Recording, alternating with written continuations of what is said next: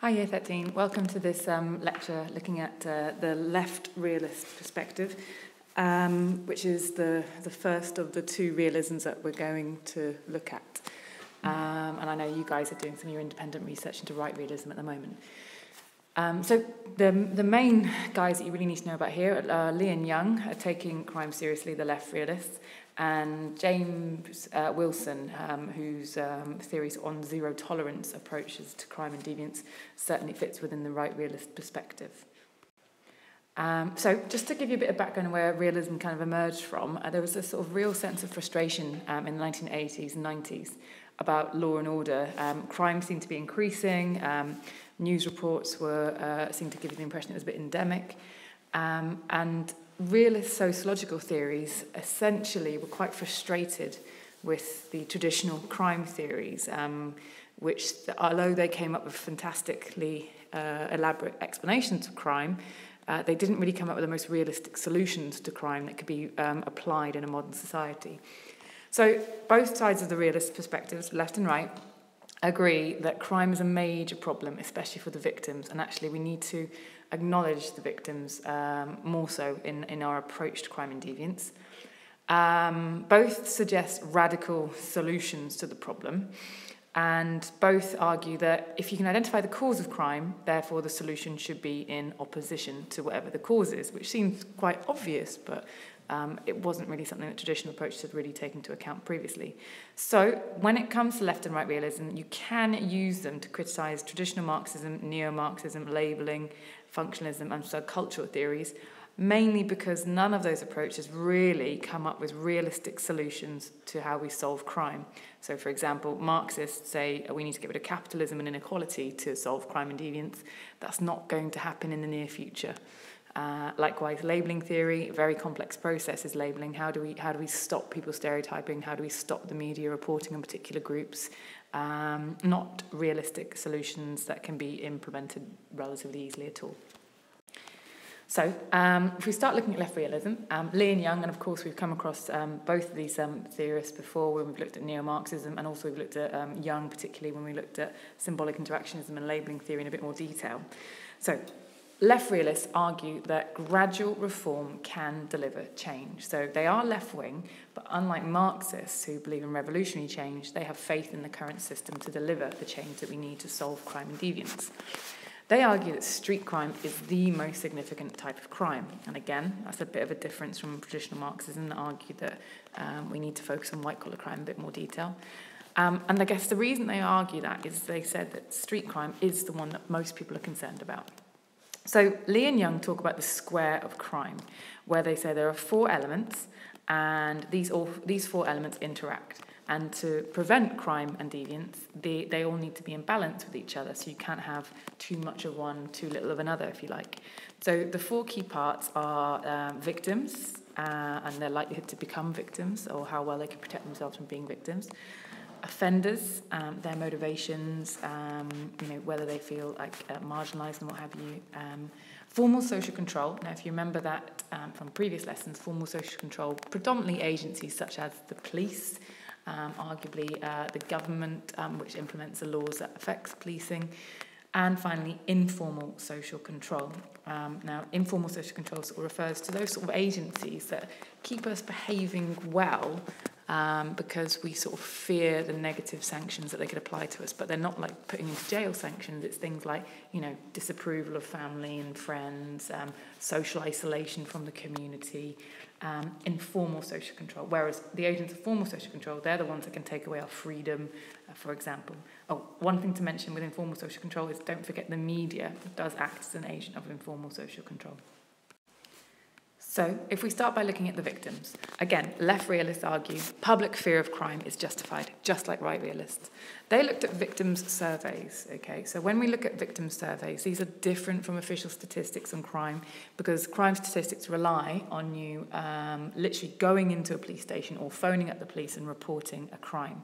However, a victims' survey is something that's sent out to a random proportion of households every single year, and respondents are asked to reflect on their previous year and their experiences of crime. So these might be crimes that they might not have reported to the police. So, for example, if a mobile phone was stolen, you might not bother reporting it because it seems like quite a minor thing and you never really hope getting it back. Whereas in a victim survey, you might say, oh, actually, yes, I was a victim of theft because my mobile phone was stolen. Likewise, it can include crimes that people might be embarrassed to actually go into the police station to report, maybe being hit by a girl. A man might not want to report that. However, in a victim survey, because it's done anonymously, they might feel more likely to report that type of crime. So yes, victim surveys, when we say what are these and what are the advantages they might have, they are questionnaires, if you like. And the key advantage is that, in theory, people can be a bit more open and honest about the crimes that they experience. They don't have to go through that formal reporting phase. It can also include maybe if a family member has committed a crime against you, you might not want to report them to the police so they don't get arrested. So there is an argument that victim surveys give us much more valid data on the true level of crime as opposed to official statistics, okay, which relies on reporting and recording. And we have looked at the problems with the dark figure of crime before that official statistics kinds of neglect. Anyway, back to left realism. They found that victim surveys found that the risk of being victim of a crime is much greater for low-income groups. And those low-income groups are generally located in inner cities. So they don't just look at the class dimension, they also look at the geographical location of much of the crime. So if you have a quick look at the table on the right-hand side, you have a graph that shows to the left the most deprived boroughs, kind of leading on to the right, where you can see the line going downwards to the least deprived London boroughs. And the purple dots, they are the incidence of crime per 1,000 inhabitants. Now you can see in the least deprived boroughs, crime rates are significantly higher than in the most deprived boroughs, crime rates are significantly higher than the least deprived boroughs. And that's something that they said we need to acknowledge and we need to do something about. The effect of all this, basically, is that there is greater fear of crime in these areas. People are genuinely worried about being victims of theft, of victims of violence, and that can have significant impact on people in that area. If you don't feel safe, are you going to feel like you have a sense of community? Probably not. They also argue that being a victim of crime is much more significant for those who are slightly more deprived. So, for example, being a victim of theft has a much more impact on someone who's low income because they might not be able to have the resources to replace the item that's stolen, like a TV, but they're also less likely to have actual insurance, like home insurance or car insurance, because of the expense associated with it. So, sorry, the format's gone a bit funny on this one. Have another look at this graph, and can you tell me, and annotate on your PowerPoint or your notes, how does this support the left realist point of view about who is most likely to be victims of particular type of crimes, and see how that fits in with the idea that the most vulnerable people in our society are likely to be victims. So see if you can identify which groups are far more likely to be victims of crime. Ultimately, the solution to this, left realist would argue, is the opposite to the problem, okay? We need to do more to protect the most vulnerable people living in the deprived areas, okay? So something has to happen to make sure those people start to feel more safe. So the next part of the square, if we're going to look at, is the offenders. Left realists acknowledge that working class people commit more crimes, okay? Again, that's different to Marxists and labelling theorists who argue, they just appear in the statistics because of, biased policing and what have you, and labelling. So they actually went and said, look, we've got to accept they do commit more crimes. Let's find out why this is. So the key reasons are, and these aren't brand new ideas to us, relative deprivation. So if we try and think, how can relative deprivation explain an increase in crime? Particularly, remember, in 1980s and 90s, crime was increasing. Well, very similar to Merton, they argue that rising crime is basically the result of increased expectations of high standard of living. Now, if we think about the way society has changed since like the 1970s, 80s, 90s and onwards, you've got the media, hyper-consumerism, films kind of really kind of demonstrating high standards of living. So that means that most people in society can get a sense of relative deprivation because the media is really driving this kind of consumerist culture down our throats, if you like. This is combined with restricted opportunities to achieve this, and as a result, this can lead to a sense of resentment, very much like Merton's strain theory. We all want the goals. The media is telling us we need the best iPhone, we need that designer handbag, and yet some of us have restricted opportunities to gain those material goods, whether it's because of educational failure, coming from an impoverished background where maybe those material goods aren't something that's going to come to you via your family, and maybe just not being able to get a job or getting a promotion that allows you to afford them for yourself. So this leads to an increase in crime because the media fuels a sense of relative deprivation. And when it comes to the groups that will be most affected by this, left realists argue clearly this is going to be the working classes. They're the ones that have the least material resources to draw upon. However, they also argue that crime is increasing across all social classes. And they argue that, things like footballers' wages and, increased reporting of celebrity lifestyles like, Pimp My Ride and, those insider documentaries on, celebrity mansions or the Kardashians. That's actually fueling relative deprivation for the middle classes because they are seeing these sort of status symbols and these material goods that they would like. So they're also suffering strain, and that's leading to them to turn to elements of criminal lifestyles. A final concept I just want to talk to you about a little bit was something called deprivation downwards, which has increased. Now, this isn't the argument that necessarily deprivation downwards increases crime, but deprivation downwards is the idea that there is increased resentment in society against people who are less well off than us. So deprivation downwards.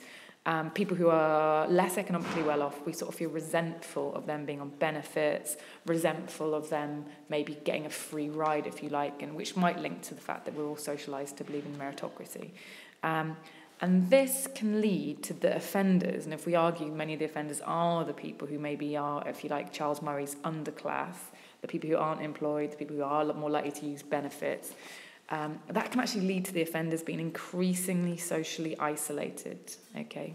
Which leads on to my next point here on the slide. So again, this is still all part of offenders and why they turn to criminal lifestyles. And Lee and Young identified two key features that can lead to, working class people turning to criminal lifestyles, because not all of them do. First one, subcultures, okay? And they argued that these criminal subcultures provide illegitimate opportunities for these people to not only succeed and gain status, but also gain the material goods, okay? Now, again, Lee and Young left realists, but what other sociologists suggest this occurs? Whose idea is this, the idea of illegitimate opportunity structures? Okay, if you can annotate that on your PowerPoint. And Young particularly says, in the United States, ghettos are fully immersed in the American dream, hooked on Gucci, Nike, and BMWs. And if you look to the right, I've got an image there of the status symbols associated with these designer brands. Now, again, the American dream is something that Merton talked about, but Lee and Young really went and did a sort of quite detailed research on what was going on in ghettos, if you like, which is quite highly densely populated areas of people suffering poverty, who are kind of socially isolated from the rest of maybe the town or the city that they live in. So these subcultures can drive particularly young people into committing crime in order to gain these material status symbols on the right-hand side, whether that be drug dealing or, violent activity. This all stems from marginalisation. So I talked to you about deprivation downwards, a sense of resentment. Lee and Young argue that these groups are the most marginalised in society. They don't feel like anybody is listening to them. No one cares what they say. So as a result of this marginalisation, they do turn to subcultures, okay, for that level of support. But also these groups, particularly if you're not working, they lack clear goals, okay? And having goals daily, monthly, yearly, that helps us all to kind of move along together and feel like we're all part of the same journey, okay? A bit like what Durkheim called organic solidarity. Now, if you have no clear goals, you don't need to get up every day to go to work, that can sort of lead to you feeling very socially isolated. You know, you might not need to get up, so you end up feeling quite disengaged with wider society, and you don't end up having a sense of collective consciousness. Now, Lee and Young argue, therefore, that working class people end up feeling marginalised and tend to subcultures. Secondly, they feel like they lack the influence to improve their situation. And on the right-hand side there, you've got an image of, if you like, a typical deprived neighbourhood in London. That's not a nice high street. You've got closed down stores, lows for hire, just takeaway shops. People who live in those areas, they just don't feel like they are valued in that local area. No one's listening to them to change it. So why should they behave in a legitimate way? Feeling marginalised leads to people turning to subcultures. No one's listening to them. What's the point in even trying to adhere to the value consensus? So again, left realists would argue, when we think about all that I've talked about with the offenders, in order to kind of solve crime, we need to try and reduce inequality, whether that's through giving people increased benefits, if you like, or education opportunities or more job opportunities in the local area. And secondly, all social groups, all ethnic groups, class groups, gender groups need to feel like they belong and they are listened to. So we are going to be looking at some policies later on in the topic that we hope are going to sort of link in with this less realist approach to crime and deviance. So just to give you some sort of analysis and evaluation points, it is worth remembering that left realism is similar to Marxism, okay, because they recognise that society is unequal and the unequal society creates crime. However, it is different to Marxism because, again, as I mentioned earlier on, they do believe that the system can bring through change and we don't need a revolution to overthrow capitalism, if you like. So it is something that's worth considering. That it's, like I said, a more realistic solution to crime that we can apply in today's society. The other two parts of the square, if you remember, were informal social control and formal social control. So they looked at what's happened to informal social control in communities around the UK and America. And they said that social changes such as deindustrialisation, divorce, unemployment have affected the chances of people actually experiencing crime, and also there's actually less social support to prevent it. There's less sense of community to prevent it.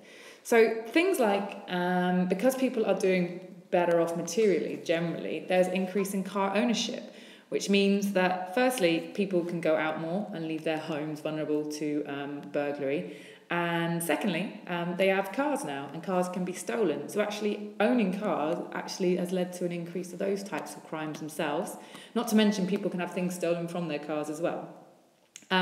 Because of the growth of individualism, kind of linked to the sort of deindustrialisation and move towards a postmodern economy, communities are far less cohesive. So people have fewer ties and senses of responsibility to each other.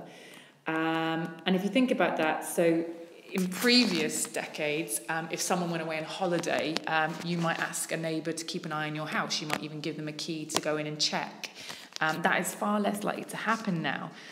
Likewise, neighbours might be reluctant if an alarm goes off in, in a street in London, a house alarm, neighbours might not even bother going to check that everything's okay because they might just assume that, it's probably going off by accident, or they might not really care. So again, because there's that weak sense of neighbourliness, that means that there's not such strong levels of informal social control, and therefore there's far more opportunities for crime to take place.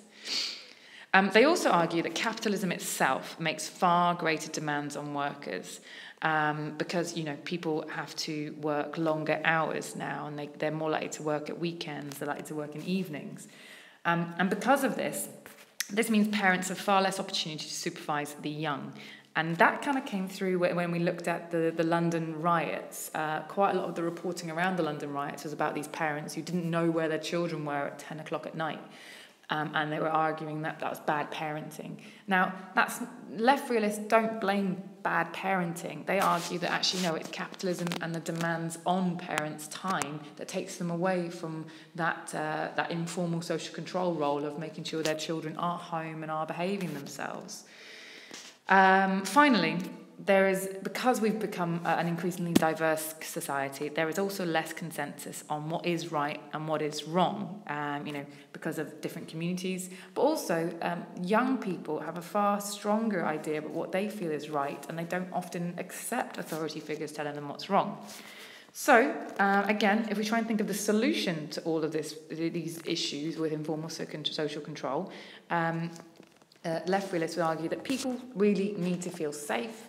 They really need to feel like they're part of their wider community, and they kind of need to feel responsible for their local area. So if we look at this example from a bus stop in Hailsham from a few years ago, what's this poster trying to do to the people who might look at this poster, and how do you think this kind of demonstrates the left realists' view on what we should be doing to develop informal social control in the area? So having a poster like this, so, in the daytime 90% feel very safe, and nighttime 46% feel unsafe, and what makes you feel unsafe? Lack of police, other drunks, groups of youths. This is an improvement poster for Hailsham, and it arguably looks at how people do feel unsafe, and they're acknowledging that it feels unsafe. So what are they attempting to do here by publishing these findings?